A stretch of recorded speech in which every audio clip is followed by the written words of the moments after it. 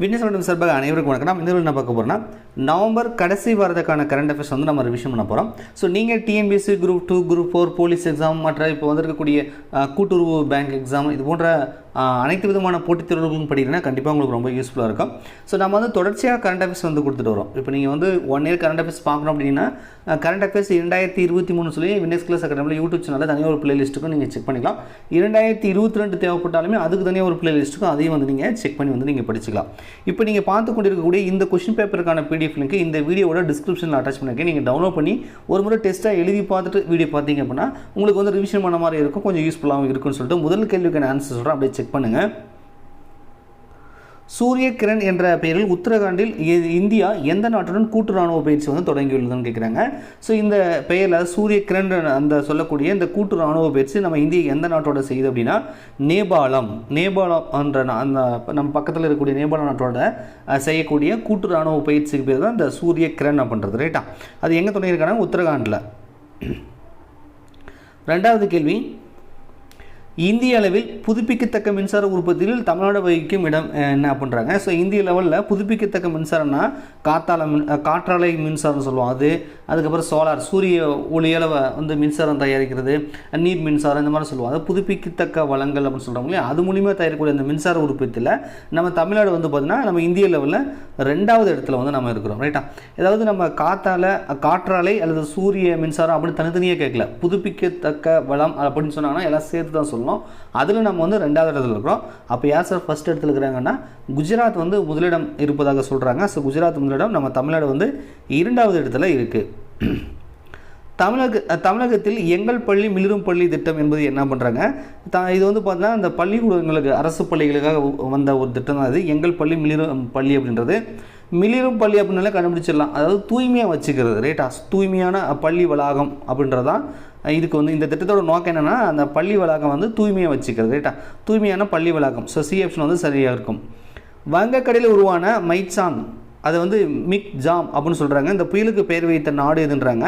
இதில் 2ல் ஏதாவது ஒன்று வந்து கேட்கலாம். 2 ஒரே புயல் தான், அது அவங்க வச்சிருக்கிற பேர், அது இது எந்த நாடுன்னு நான் சொல்லிடுறேன். அதாவது மியான்மர் வச்ச பேர் தான் அது, மியான்மர் நாடு வச்ச பேர் இந்த மைச்சாங் அப்படின்றது. ஆனால் உச்சரிக்கும் போது நம்ம சொல்லும்போது வந்து மிக்ஜாம் அப்படின்னு சொல்லுங்கள் அப்படின்ற மாதிரி வந்து அதுக்கு சொல்லியிருக்காங்க. ஸோ அதனால் மிக்ஸாம்னு சில பத்திரிகைகள் சில டைமில் வந்து மிக்ஸாம்னு போட்டிருப்பாங்க, சில பத்திரிகைகளில் பார்த்தீங்கன்னா உங்களுக்கு மைச்சாங்னு போட்டிருப்பாங்க. எப்படி போட்டாலும் 2 புயலும் ஒரே புயல் தான். அதுக்கு பெயர் வைத்த நாடு வந்து மியான்மர் அப்படின்றத நீங்கள் தெரிஞ்சுக்கோங்க. ரைட்டா, மியான்மர். முன்னாள் பிரதமர் விபி சிங்கின் சிலை தமிழகத்தில் எங்கே திறக்கப்பட்டுள்ளதுன்றாங்க. இப்போ ரீசெண்டாக வந்து திறந்திருப்பாங்க. ஸோ இதை வந்து கண்டிப்பாக நீங்கள் வந்து தெரிஞ்சுக்கணும். ஏன்னா விபி சிங் வந்து பார்த்திங்கன்னா அவரை செஞ்ச ஒரு சிறப்பான ஒரு செயலுக்காக தான் நம்ம தமிழகத்தில் வந்து அவர் வந்து சிலை திறந்து வச்சுருக்காங்க. இல்லைனா முன்னாள் பிரதமர் அவருக்கு வந்து தமிழகத்தில் சிலை வைக்க வேண்டிய அவசியம் என்ன இருக்குது அப்படின்னு கேட்டிங்கன்னா அவர் ஒரு முக்கியமான ஒரு விஷயம் செஞ்சுருக்காரு. அது என்னென்னு நான் சொல்லிடுறேன். ஃபஸ்ட்டு சிலை எங்கே இது பண்ணியிருக்காங்கன்னு நம்ம தெரிஞ்சுக்கலாம். சென்னை மாநில கல்லூரியில் வந்து பார்த்திங்கன்னா சிலை வந்து திறந்து வச்சுருக்காங்க. ரைட்டா, சரி ஓகே. இப்போ நம்ம தமிழகத்தில் இவருக்கான சிலை வைப்பதற்கான இது என்ன அப்படின்னு கேட்டிங்கன்னா நம்ம பிற்படுத்தப்பட்டோர் இருக்காங்க இல்லையா, இவங்களுக்கு அரசு பணியில் வந்து 27% இடஒதுக்கீடு வந்து கொடுத்தவர் இவர் தான்றாங்க. ஆக்சுவலாக வந்து பார்த்தீங்கன்னா அந்த மண்டல் கமிஷன் சொல்லுவோம் இல்லையா, அந்த மண்டல் கமிஷனோட பரிந்துரையை செயல்படுத்தியவர் விபி சிங் அப்படின்னு சொல்கிறாங்க. ஸோ பிற்படுத்தப்பட்டவருக்கான அந்த இடஒதுக்கீடை அமுல்படுத்தியதில் ஒரு முக்கிய பங்கு வகித்திருக்காரு, அவர் செயல்படுத்தியிருக்காருன்றதுனால அதனால் அவரை வந்து பெருமைப்படுத்தக்கூடிய ஒரு இதுக்காக நம்ம தமிழகத்தில் வந்து சில திறந்து வச்சுருக்காங்க. ரைட்டா, இதை பற்றி நிறைய விஷயங்கள் சொல்லலாம், அதெல்லாம் நீங்கள் தேடி கண்டுபிடிச்சி படிச்சுக்கோங்க. இப்போதைக்கு முதன்மையான விஷயம் வந்து பிற்படுத்தப்பட்டவருக்கு 27% இடஒதுக்கீடு கொடுக்குறதுல அது வந்து செயல்படுத்தியிருக்காரு அந்த மண்டல் கமிஷன் இதை. ரைட்டா, சரி ஓகே. அடுத்தது இந்திய அரசியலமைப்பு தினம். கண்டிப்பாக இதெல்லாம் ஒரு முக்கியமான ஒரு கொஷின் நம்ம சொல்லலாம். இந்திய அரசியலமைப்பு தினம், அதாவது நடைமுறைக்கு வந்தது வேறு, ஏற்றுக்கொண்டது வேறு. இது வந்து ஏற்றுக்கொண்டது. ரைட்டா, ஸோ இந்திய அரசியலமைப்பு தினம் அரசியலமைப்பு எப்போ ஏற்றுக்கிட்டாங்கன்னா நவம்பர் 26. ஸோ இது வந்து பார்த்திங்கன்னா இந்த தினத்தை தான், அதாவது நவம்பர் 26 தான் நம்ம இந்திய அரசியலமைப்பு தினம் அப்படின்னு நம்ம சொல்கிறோம். நீங்கள் இதே ஜனவரி 26 வந்துச்சுன்னா அது வந்து ஏற்றுக்கொண்ட தினம், அது வந்து குடியரசு நாள் அப்படின்னு சொல்லி நம்ம வந்து கொண்டாடுறோம். ரைட்டா, ஸோ இதெல்லாம் தெரிஞ்சு வச்சுக்கோங்க. 2023 ஆண்டிற்கான புக்கர் பரிசு ப்ரோபெட் சாங் என்ற நாவலுக்கு பெற்ற பால் லிஞ்ச் எந்த நாட்டை சார்ந்தவர்? அதாவது உலக புகழ்பெற்ற நாவல்களுக்கெல்லாம் பார்த்தீங்கன்னா ஆங்கிலத்தில் வரக்கூடிய அந்த நாவல்கள்லாம் புக்கர் பரிசு அப்படின்னு சொல்லி ஒன்று கொடுப்பாங்க. அது இந்த 2023 ஒருத்தர் வாங்கியிருக்காரு. அவர் பேர் என்ன, அவர் நாவல் என்ன, அவர் எந்த நாட்டை சேர்ந்தவர், இந்த 3 விஷயம் நீங்கள் தெரிஞ்சுக்கணும். ரைட்டா? ஸோ 2023 புக்கர் பரிசு இது பாருங்கள், ப்ரோபெட் சாங் அப்படின்றது அந்த நாவலோட பேர். ரைட்டா? அதை எழுதுனது யார்? பால் லிஞ்ச் என்பவர். இவர் எந்த நாட்டை சார்ந்தவர் தான் இப்போ கொஸ்டின் வந்திருக்கு. ஸோ இவர் வந்து அயர்லாந்து நாட்டை சார்ந்தவர். அயர்லாந்து நாட்டை சார்ந்த பால் லிஞ்ச் என்பவர் ப்ரோபெட் சாங் என்ற நாவலுக்கு வந்து புக்கர் பரிசு 2023 வந்து வாங்கியிருக்காரு அப்படின்றத நீங்கள் தெரிஞ்சுக்கோங்க. 3 விஷயம் இருக்குது, 3மே ஞாபகம் வச்சுக்கோங்க. ரைட்டு. டேவிஸ் கோப்பை ஆடவர் டென்னிஸ் போட்டியில் சாம்பியன் வென்ற அணி எது அப்படின்னு கேட்குறாங்க. ஸோ இது வந்து பாருங்கள், ஸோ இது வந்து பார்த்தீங்கன்னா இத்தாலி என்பது சரி. இத்தாலி. பிரதமரின் கிஷான் பாய் திட்டம் என்பது என்ன பண்ணுறாங்க? கிஷான் பாய் அது தமிழில் வந்து பார்த்திங்கன்னா என்ன சொல்கிறாங்கன்னா, பிரதமரின் விவசாயியின் தோழன் திட்டம் அந்த மாதிரி ஏதோ சொல்கிறாங்க. விவசாயியின் தோழன் சொன்னாலே நம்ம விவசாயிகள் அப்படின்னாலே டக்குன்னு ஈஸியாக ஆன்சர் கண்டுபிடிச்சிருவீங்க. பட் வந்து பிரதமரின் கிஷான் பாய் திட்டம் அந்த மாதிரி கொடுத்தாங்கன்னா அது என்னென்னு நம்ம தெரிஞ்சுக்கணும். இந்த திட்டம் என்ன அப்படின்னா, சிறு குறு விவசாயிகளுக்கு வந்து குறுகிய கால கடன் வந்து வழங்குவது.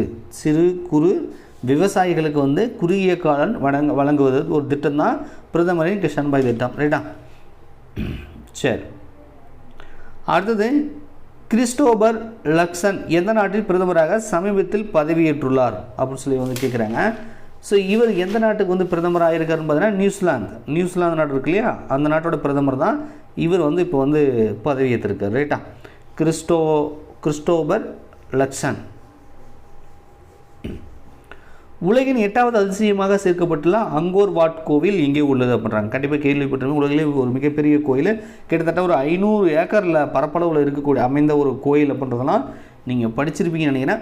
இது வந்து கம்போடியாவில் இருக்கக்கூடிய ஒரு கோயில். ரைட்டா? ஸ்டார்டிங்கில் இது வந்து விஷ்ணு சம்மந்தப்பட்ட ஒரு கோயில், இந்து கோயில் அப்படின்றத சொல்கிறாங்க. காலப்போக்கில் இப்போ வந்து அது புத்த வழிபாட்டு தலமாக அது மாறிடுச்சு அப்படின்றதும் வந்து சொல்கிறாங்க. இதை அமைச்சவர் வந்து பார்த்தீங்கன்னா 2ஆம் சூரியவர்மன் சொல்கிறாங்க. இது ஒரு இந்து கோயில் அப்படின்றதும் வந்து சொல்கிறாங்க. ரைட்டா? இது வந்து உலகின் 8வது அதிசயமாக இப்போ வந்து சேர்த்துருக்கதா வந்து சொல்கிறாங்க. இது எங்கே இருக்குன்னு கேட்டாங்கன்னா கம்போடியா. தேசிய பால் தினம் எப்பொழுது அனுசரிக்கப்படுகிறது அப்படின்னு சொல்லி வந்து கேட்குறாங்க. நவம்பர் 26 வந்து பார்த்திங்கன்னா தேசிய பால் தினமாக நம்ம வந்து அனுசரிக்கிறோம். ரைட்டா?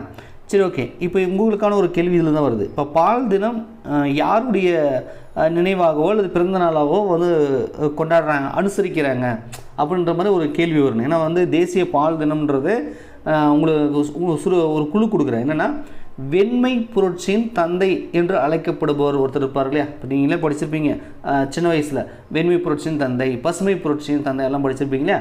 அதில் வெண்மை புரட்சியின் தந்தை. ரைட்டா? ஸோ அவர் தான் வந்து பால் உற்பத்தியில் புரட்சி பண்ணியிருக்காரு.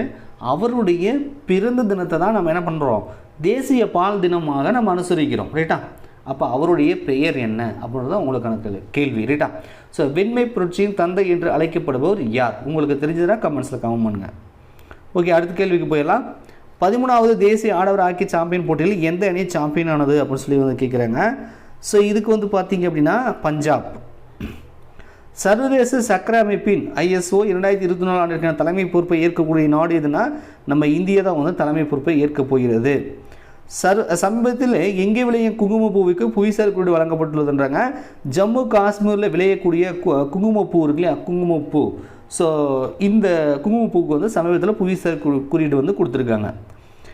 தேஜாஸ் போர் விமானத்தில் பிறந்த முதல் இந்திய பிரதமர் யாருன்றாங்க. இப்போ ரீசெண்டாக பத்திரிகை செய்தியில் பார்த்துருப்பீங்க, நம்ம பிரதமர் நரேந்திர மோடி அவர்கள் வந்து நம்ம உள்நாட்டிலே தயாரிக்கப்பட்ட இந்த போர் விமானத்தில் வந்து பறந்திருக்காரு, பயணம் செய்திருக்காரு அப்படின்னு சொல்கிறாங்க. ஸோ இது வரைக்கும் இதுக்கு முன்னாடி எந்த பிரதமரும் வந்து இந்த விமானத்தில் வந்து பயணம் செய்யவில்லை. ஸோ முதல் பிரதமராக வந்து பயணம் செஞ்சுருக்காரு நரேந்திர மோடி அவர்கள். உலக சுற்றுலா தினம் எப்பொழுது அனுசரிக்கப்படுகிறது அப்படின்னு சொல்கிறாங்க. நவம்பர் 27 உலக சுற்றுலா தினம் நவம்பர் 27. இந்தியாவின் G20 தலைமை பொறுப்பு எப்பொழுது நிறைவடைகிறது? இதை பற்றி நிறைய ரிப்பீட்டடாக கரண்ட் அஃபேர்ஸில் பார்த்துட்டே இருப்பீங்க.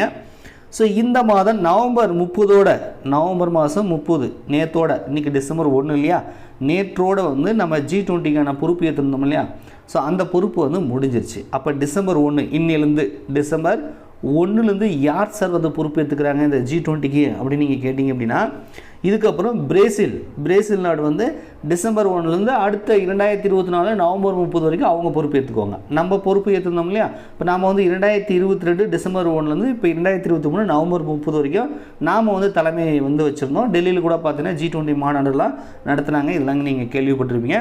நவம்பர் 30ஓட நம்மளுடைய பொறுப்பு வந்து முடிஞ்சிருச்சு. நாம் இதுக்கப்புறம் வந்து டிசம்பர் 1லேருந்து பிரேசில் வந்து பார்த்துக்கும். ஓகே, நடப்பு 2023-24 நிதியாண்டில் ஜூலை செப்டம்பர் வரையில் 2வது காலாண்டில் இந்தியாவின் ஜிடிபி எத்தனை சதவீதம் உள்ளது என்று NSO தெரிவித்துள்ளதுன்றாங்க. அதுதான் சார் NSOன்னு சொல்கிறீங்க அப்படின்னா நேஷ்னல் ஸ்டாட்டிஸ்டிக்கல் ஆஃபீஸ்னு சொல்லுவாங்க. ஸோ நம்ம இந்தியாவில் புள்ளியியல் துறைன்னு சொல்கிறோம் இல்லையா, நேஷ்னல் ஸ்டாட்டிஸ்டிக்கல் ஆஃபீஸ். ஸோ அவங்க வந்து பார்த்திங்கன்னா ஒரு இது கொடுத்துருக்காங்க, நம்ம 2வது காலாண்டில் எவ்வளோ ஜிடிபி இருக்குதுன்னு சொல்லி அது வந்து 7.6% அப்படின்னு சொல்கிறாங்க. இது வந்து கடந்த காலங்களை விட கொஞ்சம் உயர்வாக வந்திருக்கிறதாக சொல்கிறாங்க ஜிடிபி. ஏன்னா இதுக்கு முன்பாக 2022-23 காலாண்டில் இதே 2வது காலாண்டில் பார்த்தீங்கன்னா உங்களுக்கு 6.2 இருந்ததாக சொல்கிறாங்க. 6.2 இருந்திருக்கு போன வருஷத்தில் இதே குவார்டர்லியில். இப்போ 2023க்கு 7.6ன்றாங்க. அப்போ அது வளர்ச்சி தானே. போன வருஷத்தை கம்பேர் பண்ணும்போது இந்த வருஷத்தில் கொஞ்சம் அதிகமாக வந்திருக்கு அப்படின்ற மாதிரி வந்து சொல்கிறாங்க. ரைட்டா, 7.6% ஜிடிபி. திராவிட பேரொளி அயோத்திதாசருக்கு சிலையுடன் கூடிய மணிமண்டபம் எங்கே திறக்கப்பட்டுள்ளதுன்றாங்க. இன்றைக்கி டிசம்பர் 1 வெள்ளிக்கிழமை காலை 10:30 மணிக்கு நம்ம முதலமைச்சர் வந்து திறந்து வச்சுருப்பான்னு நியூஸ் பேப்பர்லாம் படிச்சிருப்பீங்க. ரைட்டா, ஸோ இது வந்து எப்போ அப்படின்னு பார்த்தீங்கன்னா எங்கே அப்படின்னு பார்த்தீங்கன்னா